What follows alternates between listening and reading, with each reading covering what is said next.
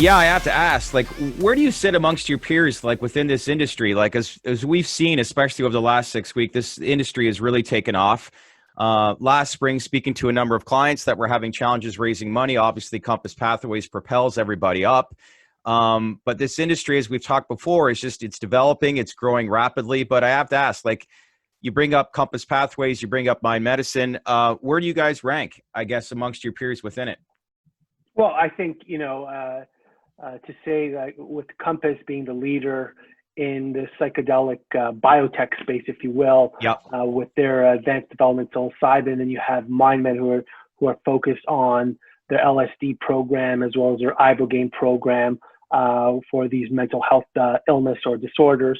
We kind of carved our niche in looking at FDA-approved type psychedelics such as ketamine for these indications that are not been researched or don't have a commercial label for, specifically in movement disorders with Parkinson's disease and the other indications within movement disorders in Alzheimer's, Huntington's disease, and even those with, in addition to that, as an expansion to that label for those disease areas where depression and pain ensue as well. So we've kind of building this ketamine franchise with, as you wish, with taking advantage of these the 505(b)(2) regulatory pathway that the FDA offers, and as well as with the orphan designations that we have to give us the market exclusivity, which complements even our IP. Right, the orphan designations allow for certain incentives such as tax credits, new drug application waiver fees and whatnot, and support from the FDA, so to have expedited reviews as well. So, we're really complementing what the FDA offers with current drugs are available to treat these indications that are significantly or have a clinically unmet medical need. So when I look at the psychedelic space in itself, Yeah. I can only give an opinion from the I guess you can say the biotech sector, I guess, opportunities, right? So, now I see other companies popping up with clinics and recreational or wellness type products. That's not a market we're in. I think with Compass, MindMed, and Pharmather, we're focused head down FDA approvals and to support these patients. So when we look at the whole landscape itself, we're just an up and coming company that has robust IP. Clinical stage assets and product pipeline. Yeah. We're focused with psychedelic pharmaceuticals that has a unique, which our platforms have a unique AI drug development and drug delivery platforms. We have these world-class partnerships, an experienced team, near-term significant creation milestones for the company and for its shareholders.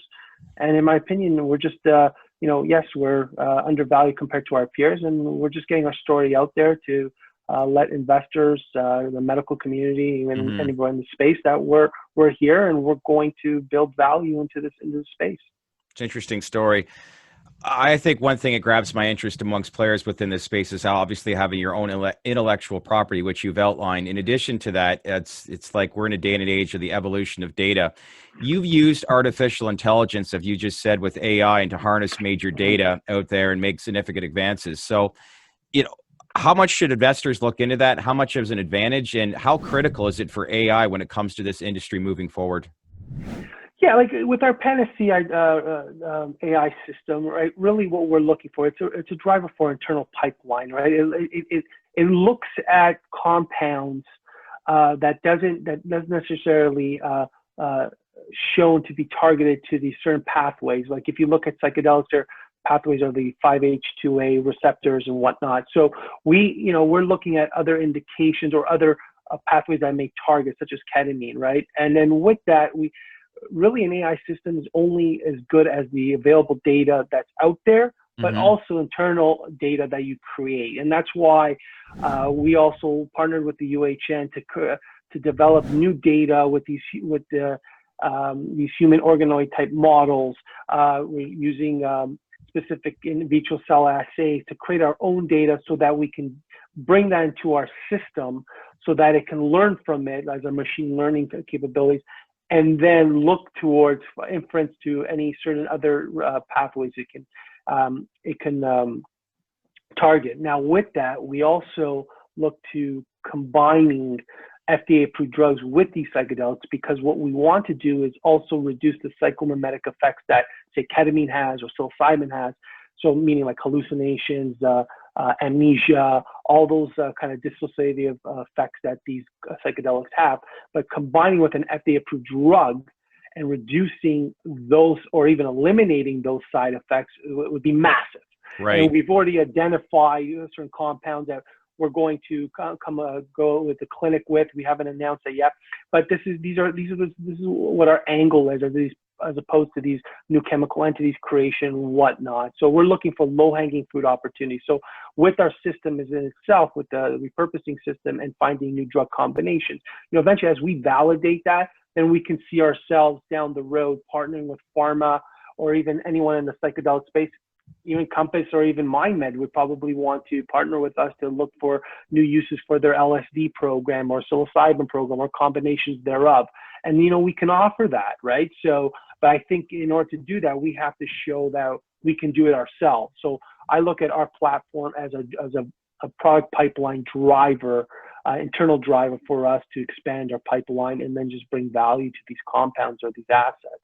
One thing I wanted to ask you, last thing is, how is Big Pharma? Like, you're a CEO, you hear things on a day-to-day basis. How are they viewing this industry? And, their perception, I guess Big Pharma has become a little bit of a stalemate with some of the medicines, and people want this new age medicine that continues to grow. But how do they view this, and where do you see, I guess, the partnerships with them in the future? I think with Big Pharma right now, they're just looking from the outside in. They haven't really I shouldn't say all pharma. I mean, J&J with their Spravato ketamine spray. I mean, they've again, they're looking at the ketamine that's an approved product for the treatment-resistant depression. They're taking a dive in it, but from the actual, let's say, the psilocybin or the LSD or the ibogaine, they're taking even cannabinoids itself, right? I mean, they're just taking an outside look in and waiting to see how this sector matures. Because remember, these are Schedule I drugs, right? So they have to, you're bringing in the DEA involved to kind of get their approvals to commercialize these products. So it doesn't necessarily fit into their pipeline now. I see in maybe 5 years from now, or even several years from now, that the pharma is going to get more involved. And I think from getting involved more from an acquisition strategy, there's companies out there. So, and I look at, even Compass, that could be it, right? Or even GW Pharma, they're considered a psychedelic company as well, even though they have CBD, but they're working with THC and all the other cannabinoids that may have psychoactive effects. So, these companies are leading the charge. So, but right now, I don't think they're mainly active in this space, and it's just probably not a right fit for them now. But I see as the market matures, and from a prescription point of view, I think that they're going to get involved in a big way. It's always an interesting question because of what we're currently living with, a pandemic. But do you think in some ways, and I've asked this question before, that COVID has kind of maybe inadvertently advanced this entire industry? Research in psychedelics has been, since the 50s, if you will, right? Yeah. Until it became, but, really what propelled, when you have organizations such as MAPS and then USONA, they're really trying to bring rise to the